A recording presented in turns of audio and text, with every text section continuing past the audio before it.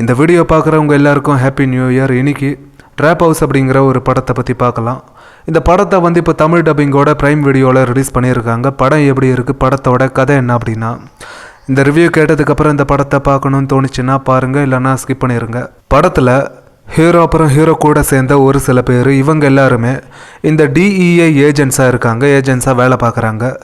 அப்படி இந்த டிஇஏ ஏஜென்ட்ஸோட பசங்களே அவங்களுக்கே தெரியாமல் அவங்களோட இந்த டிவைஸ் எல்லாம் எடுத்து யூஸ் பண்ணிக்கிட்டு ஒரு பெரிய கொள்ளை அடிக்க பிளான் பண்ணுறாங்க.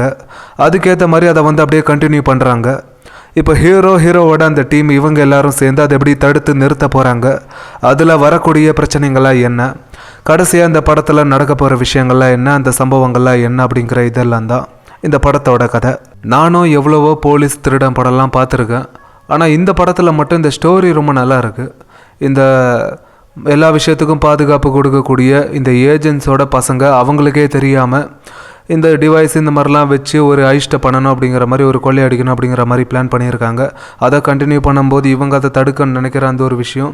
இந்த ஸ்டோரி வந்து உண்மையிலே நான் ஃபஸ்ட் டைம் இப்போ தான் பார்க்குறேன் இந்த படத்தில் இந்த மாதிரி ஒரு ஸ்டோரியை. இதுக்கு முன்னாடி நான் இந்த படத்துலையும் பார்த்தது கிடையாது.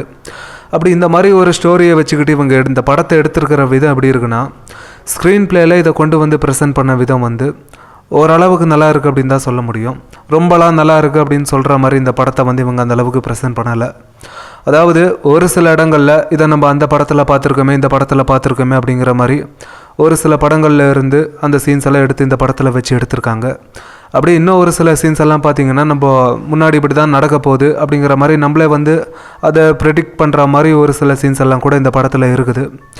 பர்ஃபார்மன்ஸ் அப்படின்னா ஓரளவுக்கு ஒரு நல்ல பர்ஃபார்மன்ஸை கொடுத்துருக்காங்க இந்த படத்தில். அடல்ட் கண்டென்ட்டும் இருக்குது இந்த படத்தில், அதனால் ஃபேமிலியோடு பார்க்காதீங்க. மொத்தத்தில் ஒரு ஆவரேஜான ஒரு படம் தான். உங்களுக்கு வேணும்னா ட்ரை பண்ணி பாருங்கள், இல்லைன்னா ஸ்கிப் பண்ணிடுங்க.